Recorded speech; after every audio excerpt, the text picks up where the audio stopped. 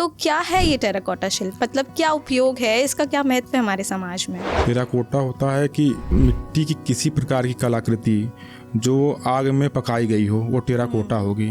जो इस समय हमारे जो कुम्हार जाति के लोग हैं जो बर्तन बनाते हो हमारा टेराकोटा ही है। हमारे जो वेदों में भी जो यज्ञ होता था उसके लिए भी माटी के बर्तनों का प्रयोग किया जाता था। तो जो ये मिट्टी की मूर्तियाँ जो कुम्भकार अपने हुनर से बनाते हैं, तो क्या इसमें कोई खास मिट्टी का प्रयोग किया जाता है? ये गोरखपुर के 3 गांव हैं और 3 गांव में 3 पोखरे हैं, ये उन्हीं की मिट्टियों से बनाई जाती है। उस मिट्टी से जो प्रोडक्ट बनते हैं बहुत ही मजबूत होते हैं और बहुत ही आकर्षक होते हैं। हाथी का निर्माण कर रहा है कुम्हार, तो सबसे पहले वो उसके चारों पैर बनाएगा चाक से, उसके पेट का हिस्सा बनाएगा, उसके सिर का हिस्सा बनाएगा, उसका सूंड चाक से बनाएगा, उसके द्वारा उन सबको पानी के द्वारा उसको जोड़ेगा पूरा हिस्सा, तब वो हाथी बन के तैयार हो जाएगा। तो क्या आपको लगता है कि जो नई पीढ़ी है क्या इनकी भी रुचि इस तरफ बढ़ रही है? लेकिन जब मैं गांव में गया था तो मैं देखा था कि वहाँ की ये प्रधानता है कि जो युवा है उनके माता पिता चाहते हैं कि हमारे बच्चे पढ़ाई करें और उनको खाली समय मिले तब काम को करें। अगर हम रोजगार के अवसर की बात करें तो आज के युग में एक शिल्पकार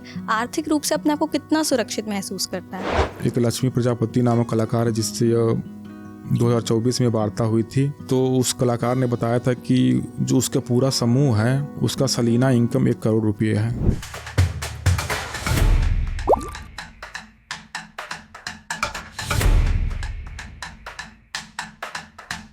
So welcome to the another episode of BFC Publications podcast, where words meet wisdom and your stories find their voice. यहाँ हम मिलते हैं ऑथर से और जानते हैं उनकी जर्नी, उनकी बुक्स और उनकी स्टोरीज के बारे में। आज का एपिसोड एक खूबसूरत कला को समर्पित है, माटी की कला। ये सिर्फ एक मिट्टी की कला ही नहीं बल्कि उनसे जुड़े उन सपनों की है, एक संस्कृति है, एक विरासत है जो सदियों से चली आ रही है। आज हम बात करेंगे एक ऐसे ऑथर से जो पेशे से सिर्फ एक लेखक ही नहीं बल्कि एक स्कॉलर, रिसर्चर हैं, स्टोरी टेलर हैं और एक कला प्रेमी भी हैं, ध्रुव चंद जी, जिन्होंने अपनी किताब औरंगाबाद गांव की माटी कला के ज़रिए एक ऐसी अनोखी कला का जिक्र किया है। तो चलिए बिना किसी देर के शुरू करते हैं ये सफ़र और ध्रुव जी से जानते हैं कि उन्होंने ये किताब कैसे लिखी, इसके पीछे की इंस्पिरेशन क्या है, इनके पीछे की कहानियाँ क्या हैं। तो चलिए मिलते हैं उनसे। So welcome to the podcast sir. Thank you. आपसे मिलके बहुत अच्छा लगा और आपने जो एक किताब लिखी है वो एक अनोखी, एक प्राचीन कला पे है और मैं बहुत श्योर हूँ कि हमारे व्यूअर्स जब इसके बारे में जानेंगे तो आपकी बुक से और भी प्रेरित होंगे। तो चलिए शुरू करते हैं आपकी लिखने की जर्नी से। तो ध्रुव जी, आप ये बताइए कि जो आपने किताब लिखी है औरंगाबाद गाँव की माटी कला, ये लिखने का आपको विचार कहाँ से आया? क्या कोई इंस्पिरेशन रही है, क्या कोई पर्सनल एक्सपीरियंस इसके पीछे? जी, मेरा जो है सांस्कृतिक धरोहर या ऐतिहासिक धरोहर से बचपन से बहुत लगाव रहा है। जो मेरा गांव था वो एक समृद्ध ऐतिहासिक धरोहर, वहाँ पर एक बहुत पुराना मंदिर था जो वहाँ के राजघरानों द्वारा उसको निर्मित कराया गया था। तो मैं उस मंदिर में बचपन से आता जाता था। वहाँ की जो निर्माण शैली बहुत ही आकर्षक थी मंदिर की, जो मुझे बहुत पसंद थी। और वहाँ पे भित्ति चित्र भी बने हुए थे। भित्ति चित्र मतलब जो दीवार पे पेंटिंग की होती हैं प्राचीन, बहुत ही खूबसूरत बने हुए थे। तो मेरा बचपन लगभग जो सांस्कृतिक धरोहर चाहे ऐतिहासिक धरोहर होती है उनके साथ बीता है। और जो मेरे गांव के पास ही जो 2 स्टेट थे जिनके कोर्ट जो राजकीय भवन होते हैं वो खंडहर में तब्दील हो गए थे, अभी भी हैं।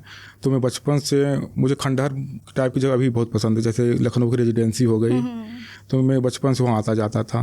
एक तो ये कारण रहा। और दूसरा जो था कि जो मेरी माँ थी वो पुस्तकों की बहुत शौकीन हैं, अभी बहुत पुस्तक पढ़ती रहती हैं। तो मेरे घर में ऐतिहासिक पुस्तकें, धार्मिक पुस्तकें और उपन्यास भी बहुत ज़्यादा पढ़ती थी वो। वृंदालाल वर्मा जी हो गए और गौरापंत शिवानी उनको बहुत पसंद थी। तो मैं बचपन से उन किताबों को देखता आया था और बड़े होने पर मैंने उसको पढ़ा भी। एक ये भी कारण रहा। और मेरे शोध और अध्ययन के समय प्रोफेसर नीतू सिंह जो लखनऊ के विज्ञान कॉलेज में एंथ्रोपोलॉजी के प्रोफेसर हैं, उनका बहुत सहयोग रहा। जब उनके सहयोग से मैंने इस क्षेत्र में बहुत कुछ सीखा है। उसके बाद मैंने इससे संबंधित कई सांस्कृतिक परियोजनाओं पर भी काम किया है। अच्छा। सांस्कृतिक परियोजनाओं पर काम करने के नाते मुझे इसमें और गहरी आस्था हो गई इस क्षेत्र में, जिसके चलते आगे चल के मैंने गोरखपुर के औरंगाबाद गांव पे यह पुस्तक लिखी। ये जो पुस्तक है गोरखपुर के औरंगाबाद गांव का एक मानव शास्त्रीय विवरण प्रस्तुत करता है।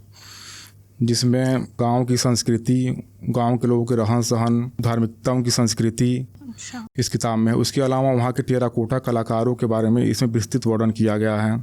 ओके तो ध्रुव जी, जैसा आपने अभी बताया कि आपकी जो किताब है औरंगाबाद गांव की माटी कला, उसमें एक टेराकोटा शिल्प और उनकी शिल्पकारों की कहानियां आपने दर्शाई हैं।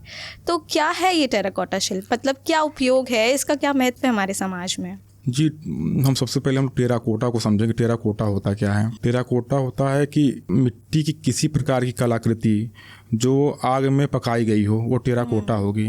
जो इस समय हमारे जो कुम्हार जाति के लोग हैं जो बर्तन बनाते हो, हमारा टेराकोटा ही है। अब हम आते इसके प्रमाण के बारे में। तो हम सबसे पहले चलेंगे स्टोन एज पे, जिसे हिंदी में पसाड़ युग कहा जाता है। पसाड़ युग प्रागैतिहासिक काल के उस युग को कहा जाता है जिसमें मानव सिर्फ पत्थरों का ही उपयोग करता था।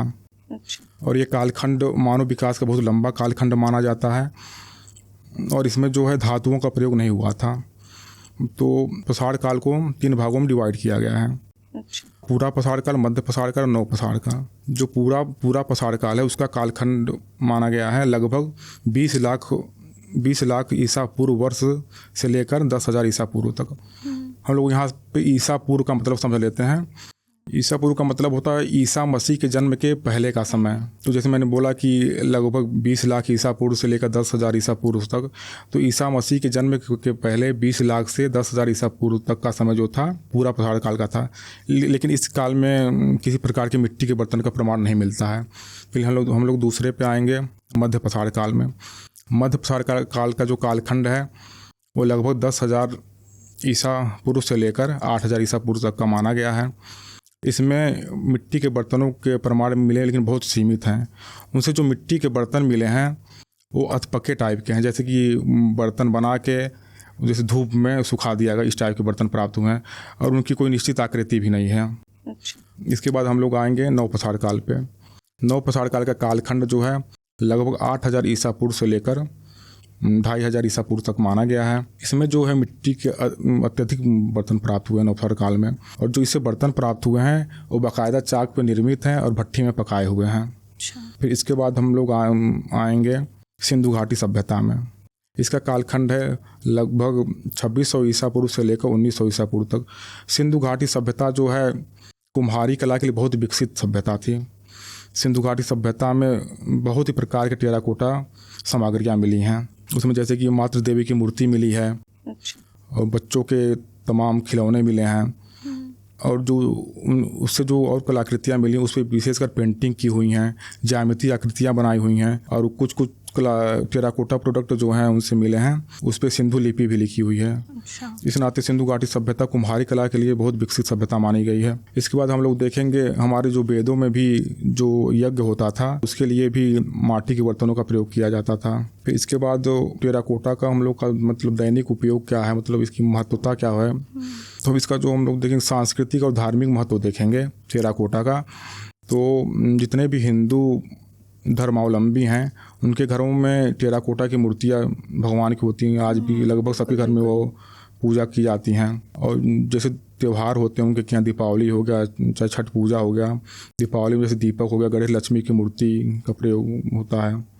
छठ पूजा में भी वो कोसी कहा जाता है, वो उसको कुम्हार द्वारा ही बनाया जाता है। इसके बाद हमारे घर में सजाने के लिए भी टेराकोटा प्रोडक्ट आज बहुत यूज हो रहे हैं। और जो गांव में ग्राम देवता होते हैं, हम लोग यहाँ पे ग्राम देवता को समझ लेते हैं।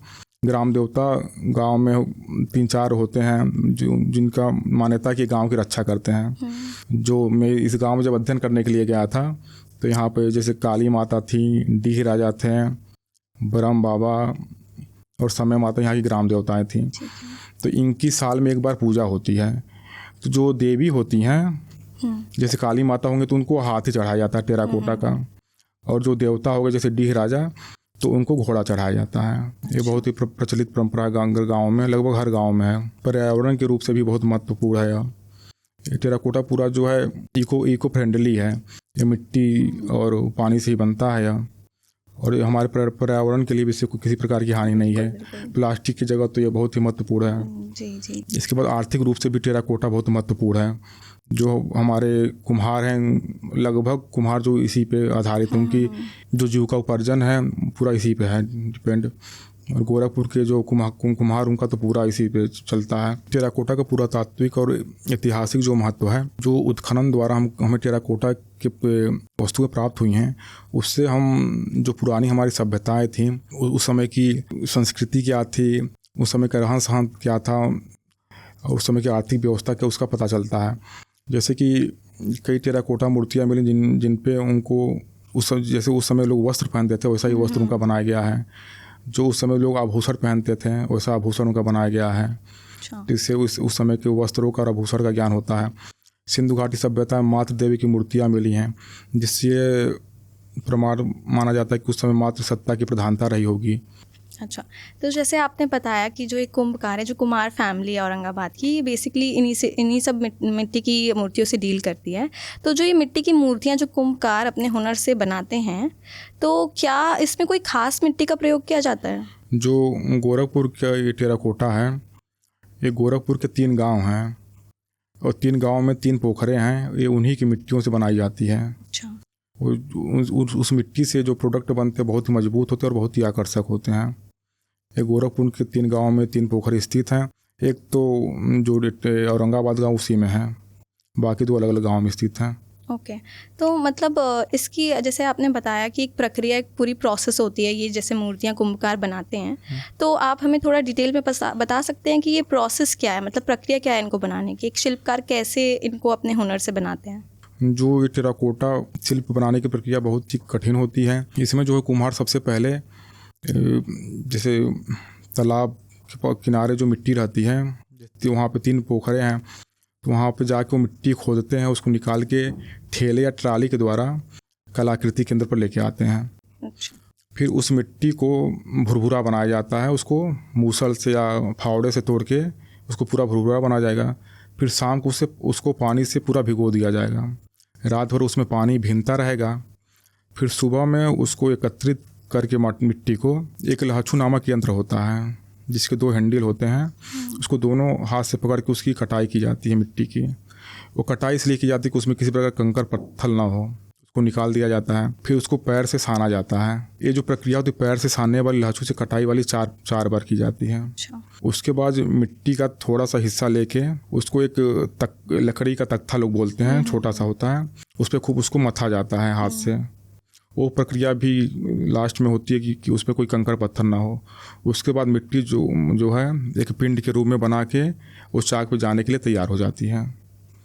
फिर उसको चाक पे कुम्हार जो अपने इच्छा अनुसार वस्तु बनाता है। जैसे अगर हम लोग हाथी का निर्माण कर रहा है कुम्हार, तो सबसे पहले वो उसके चारों पैर बनाएगा चाक से, उसके पेट का हिस्सा बनाएगा, उसके सिर का हिस्सा बनाएगा, उसका सूर चाक से बनाएगा। उसके द्वारा उन सबको पानी के द्वारा उसको जोड़ेगा। अच्छा। पूरा हिस्सा, तब वो हाथी बन के तैयार हो जाएगा। उसके बाद उसको जो बनेगा उसको छाँव में ही सुखाया जाएगा, धूप में नहीं सुखाया जाता है, क्योंकि उसमें दरारें आ जाती हैं, और जो दरारें आएंगी वो उसको सही भी नहीं किया जाएगा, वो ख़राब हो जाता है। फिर जब सूख जाता है तो उसको हल्का सा धूप दिखा करके उसके बाद उस पर जो वहाँ की महिलाएं होती हैं उनका ये काम होता है, उस पर डिजाइन बनाती हैं वो। अच्छा। और उसके बाद उसका वहाँ के टेराकोटा का जो मूल है, वहाँ का टेराकोटा रंग होता है एक, उसको टेराकोटा रंग उसी समय पेंट किया जाता है। उसके बाद उसको भट्टी में पकाया जाता है। जो पेंट किया रंग होता है उसके बाद जब पक जाता है तो ही टेराकोटा रंग आता है। अब वहाँ की जो टेराकोटा रंग है वो कैसे बनाया जाता है, जो औरंगाबाद गांव से वहाँ से 7 किलोमीटर दूर पे एक भरवलिया गांव है, तो वहाँ के जो किसान हैं वो उसी क्षेत्र में खाली एक पीली मिट्टी होती है। अच्छा। तो किसान जो इन लोगों को देते नहीं, तो ये लोग चोरी करके उसको ले आते हैं। ओके। वो पीले कलर की मिट्टी होती है, जैसे टेराकोटा रंग तैयार किया जाता है। तो जैसे मान लीजिए 50 किलो का बोरा, उसमें 1 बोरा वो मिट्टी है, उसके बाद 2 किलो कास्टिक सोडा उसमें रहता है। उसके बाद एक जो खट्टे आम का पौधा रहेगा उसका जो छाल ऊपर का पेड़ के हिस्से का जो रहता है वह 10 किलो रहता है। उसको लोग गड़ासे के यंत्र होता है काटने के लिए, तो उससे लोग उसको जो छोटा छोटा काट देते हैं खट्टे आम के पेड़ के छिलके को। उसके बाद ये जो मिट्टी होती है एक बार वो खट्टे आम के छिलके और 2 किलो कास्टिक सोडा उसमें मिला दिया जाता है। उसके बाद उसको खूब कुटाई की जाती है मूसल द्वारा। अच्छा। उसको पाउडर के रूप में बनाया जाता है। फिर उसके बाद उसे धूप में सुखाया जाता है। ओके। जब इन लोगों की कलाकृति बन के तैयार हो जाती हैं, अब भट्टी जलाने का समय आता है तो उसके 2 दिन पहले उसकी एक बार और कुटाई की जाएगी। उसके बाद उसका घोल तैयार किया जाता है। घोल तैयार करने के बाद उसके परीक्षण के लिए वो लोग अपना हाथ जो नाखून है उसमें डालते हैं। अगर नाखून पे पीला रंग चढ़ जाता है तो कलर सही है, अगर नहीं चढ़ता है तो उसमें कुछ कमी है तो उसको बाद में लोग सुधारते हैं। उसके बाद उसको सूती कपड़े से छान लिया जाता है। ये टेराकोटा रंग बन के तैयार हो जाता है। जो वहाँ का टेराकोटा रंग जो रंग आता है इसी रंग के नाते आता है। कलाकृति को पकाने से पहले उसको पेंट करके पकाया जाता है तो टेराकोटा रंग में परिवर्तित हो जाता है। तो उसके बाद कुछ कलाकृतियाँ तो ऐसे चली जाती हैं। अब तो लोग उसको रंग बिरंगे पेंट से पेंट भी करके बेच रहे हैं। तो जो आपने प्रक्रिया बताई वो काफ़ी इंटरेस्टिंग है, लेकिन रियल लाइफ में वो उतनी ही कठिन हो गया, आई एम श्योर। एक जैसे कुंभकार इतनी मेहनत इतनी स्ट्रगल करके एक कलाकृति बनाते हैं, एक एक कदम उनका हुनर का प्रमाण है मुझे लगता है जी। तो जैसे कि ध्रुव जी आपने बताया स्टार्टिंग में कि टेराकोटा जो कला है वो एक बहुत पुश्तैनी पेशा है। वहाँ की महिलाएं और पुरुष मिलके अपने हुनर से कलाकृति बनाते हैं। तो क्या आपको लगता है कि जो नई पीढ़ी है क्या इनकी भी रुचि इस तरफ बढ़ रही है? हाँ जी, जो वहाँ के युवा हैं उनकी रुचि इस कला की तरफ बढ़ रही है, क्योंकि वो इस कला से आर्थिक रूप से वहाँ कलाकार बहुत मजबूत हैं। और उनका ये जो कला है उनका जातिगत कार्य है, तो उनका ये घर का बिजनेस है, इस नाते वो इसे वहाँ के युवा जो है कर रहे हैं। ओके। लेकिन जब मैं गांव में गया था तो मैं देखा था कि वहाँ की ये प्रधानता है कि जो युवा है उनके माता पिता चाहते हैं कि हमारे बच्चे पढ़ाई करें और उनको खाली समय मिले तब काम को करें। लेकिन वहाँ के युवा जो है इस काम को कर रहे हैं। लेकिन अगर वहाँ उनकी जो बच्चियाँ हैं कलाकारों की उसकी बात की जाए तो लोग अपने बच्चियों को इस कला को नहीं सिखाते हैं। अच्छा। मैंने पूछा क्यों ऐसा करते हैं तो उन्होंने बताया जैसे कि ये लड़की है किसी दूसरे घर शादी हो जाएगी तो वहाँ चली जाएगी तो वहाँ पे इस टाइप की कला ना होती हो, उन्होंने लोग कहा था। उनके लड़के की शादी होगी, घर बहू आएगी तो उसको लोग इस कला को सिखाएंगे। अच्छा। तो वहाँ के युवा सीख रहे हैं इस कला को। और इसी कला के जो 6 कलाकार हैं वो देहरादून में इसके टीचर हैं टेराकोटा के। अच्छा। नहीं, बहुत अच्छी बात है कि आज की पीढ़ी ये कला सीख रही है, क्योंकि अगर नहीं सीखेंगे तो ये सिर्फ एक इतिहास ही बन के रह जाएगा जो कभी एक कला के रूप में लोगों के सामने कभी वापस नहीं आ पाएगा अगर नई पीढ़ी इस कला को नहीं सीखती है। तो ध्रुव जी, जैसे आपने इस किताब पे रिसर्च किया, आप औरंगाबाद भी गए होंगे, तो क्या रिसर्च के दौरान ऐसी कोई चुनौतियाँ आपके सामने आई हो जो आप हमें बताना चाहेंगे? रिसर्च के दौरान जब मैं फील्ड वर्क के लिए गया था वहाँ पे तो इससे संबंधित कोई पुराना डाटा नहीं मिल रहा था। अच्छा। तो फिर आपने कैसे तो ये जो पूरी जानकारी जो फील्ड वर्क के द्वारा पूरी मौखिक जानकारी ली गई थी, अच्छा, ये बहुत बड़ी समस्या थी। और उस समय मैं लखनऊ ही रहता था तो लखनऊ से वहाँ पे आना जाना थोड़ा कठिन था और इसमें पैसा ही बहुत खर्च होता है। बिल्कुल बिल्कुल। पर आपने एक प्राचीन कला पे रिसर्च करना बहुत कठिन है और आपने जिस तरीके से पुस्तक लिखी है और लोगों के सामने लाई, बहुत ही बड़ी बात है। तो ध्रुव जी, क्या आप हमें ये बता सकते हैं कि जो टेराकोटा शिल्प है, जो एक कला है, क्या इसको विश्व स्तर पे भी पहचान मिली है? जी, जो यहाँ की गोरखपुर की औरंगाबाद गाँव टेराकोटा कला है, यह विश्व स्तर पे अपनी पहचान बनाई है। यहाँ के 2 कुंभकार थे। अच्छा। शिवशंकर प्रजापति और एक गुलाबचंद प्रजापति। शिवशंकर प्रजापति यहाँ के पहले कलाकार थे जो जर्मनी यात्रा के लिए गए थे इस कला का प्रदर्शन करने के लिए। जब वो जर्मनी गए थे तो अपने साथ तो वो चाक ले गए थे और यहाँ से मिट्टी भी लेके गए थे। अच्छा। वहाँ पे 15 दिन रुके थे, अपनी कला का प्रदर्शन किए थे जर्मनी में। लेकिन उनकी मृत्यु हो गई, उस समय नहीं है शिवशंकर जी। और दूसरे कलाकार थे गुलाबचंद प्रजापति जी थे। ये 1982 में इंग्लैंड की यात्रा पे गए थे, वहाँ पे अपने कला का प्रदर्शन किया था। तो जब वो इंग्लैंड गए थे तो जो वहाँ की पिक्चर दिखाते हैं तो किसी म्यूजियम में एक अपनी कला को बना रहे हैं, लोगों को चारों तरफ से लोग खड़े होकर देख रहे थे। बताते हैं कि वहाँ की जो कला बना तो वहाँ के म्यूजियम भी रखा गया था, लोग उसे ले भी गए थे। अच्छा। उसके बाद ये 1985 में ऑस्ट्रेलिया गए थे इस कला का प्रदर्शन करने के लिए। उसके बाद 1987 में ये हॉलैंड गए थे। वहाँ पे हॉलैंड में भारत द्वारा ही कोई कार्यक्रम करवाया गया था तो वहाँ पे कला का प्रदर्शन करने के लिए गए थे। ये गुलाब जो हैं जब इंग्लैंड गए थे तो उस समय की कहानी हमको बताए थे। जब वो चाक पे अपनी कला बना रहे थे तो वहाँ का एक कलाकार था हिंदी बोर्ड नाम का। अच्छा। वो लगभग उसकी उम्र होगी 80 वर्ष उम्र रही होगी बताए थे।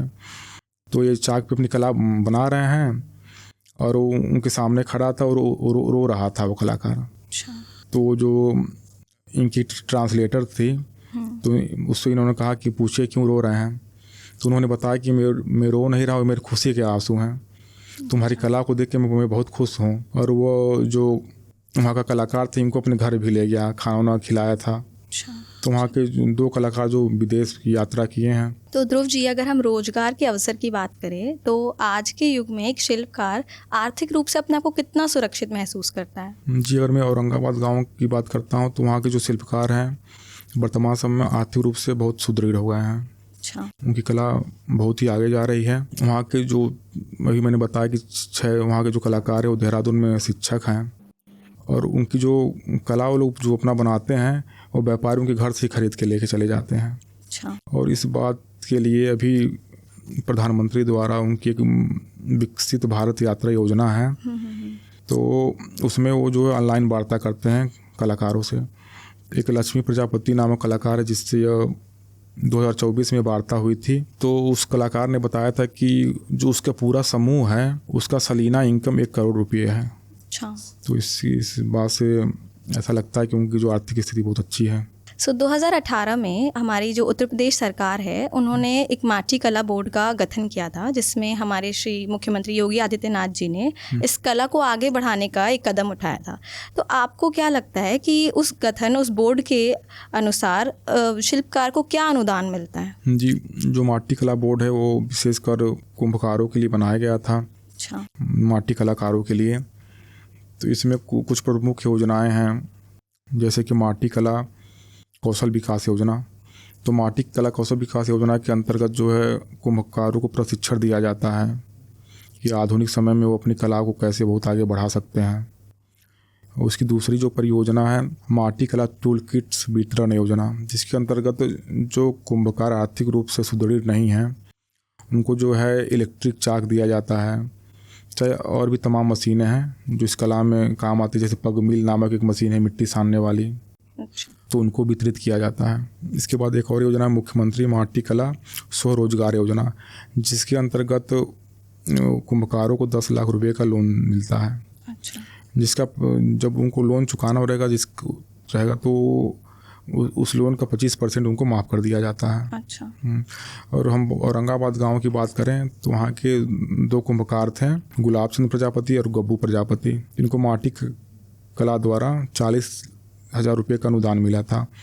वो अनुदान जो था इनके प्रमाण पत्र इनको प्राप्त सम्मान को देखते हुए दिया गया था। तो ये जो अनुदान है, जितनी भी चीज़ें सरकार द्वारा कुम्भकार को दी जा रही हैं, तो मुझे लगता है कि कुम्भकार को आज के नए युग में एक नई पहचान के तौर पे आगे बढ़ा रही है। जी। तो जैसा कि आप जानते हैं ध्रुव जी, एक डिजिटल एरा वर्ल्ड है, तो आपको क्या लगता है जो कुम्भकार हैं, जो शिल्पकार हैं, आज के युग में क्या चुनौतियाँ फेस कर रहे हैं आगे बढ़ने में? जी, यहाँ पे मैं लगभग सभी कुम्भकारों के विषय में बात करूँगा, उनकी चुनौतियों को लेकर। इस समय जो हमारे प्लास्टिक के प्रोडक्ट हैं, अन्य धातुओं के प्रोडक्ट आ गए हैं मार्केट में, चीनी मिट्टी के प्रोडक्ट आ गए हैं। तो यह जो हमारे माटी कला उसके लिए बहुत बड़ी समस्याएं हैं। लोग एक सस्ते दाम पे मिल जाते, लोग अधिकतर इन्हीं का प्रयोग कर रहे हैं। इस नाते माटी कला बहुत पीछे चला जा रहा है।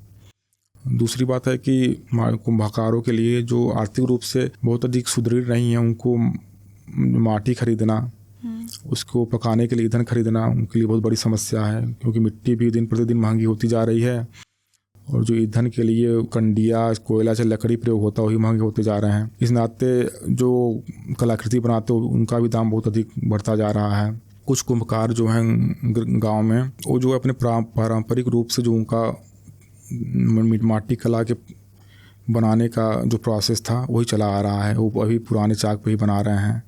उनको जो इलेक्ट्रिक चाक उसके बारे में पता ही नहीं है। बहुत दूर नहीं, लखनऊ के कठवारा गांव है, यहाँ चले जाओ, वहाँ के जो कुम्भकार है वो अभी पुराने ही लकड़ी वाला उनका चाक है, उसी बनाने को कुछ पता ही नहीं है इस योजना के बारे में। ये बहुत बड़ी समस्या कुम्भकारों के लिए। मैंने कई गाँवों में देखा कि जो वहाँ की नई पीढ़ी है वो इस काम को छोड़ करके कहीं बाहर या विदेश पैसा अर्जन करने के लिए चली गई है। इस नाते वहाँ की ये कला जो है पूरा समाप्त हो गई है। कई गाँव में मैंने देखा ऐसा। अच्छा। और इन लोगों की जो सबसे बड़ी समस्या कि जो सरकारी योजना है, कई गांव कुम्भकार उनको इस बारे में पता ही नहीं कुछ कि इस योजना क्या है, इसका लाभ क्या है। इनकी बहुत बड़ी समस्याएं हैं। तो मतलब जो इतनी आपने समस्याएं बताई, तो आप क्या सुझाव देना चाहेंगे उन कुंभकारों को, शिल्पकारों को, कि वो इससे टैकल कर सकें?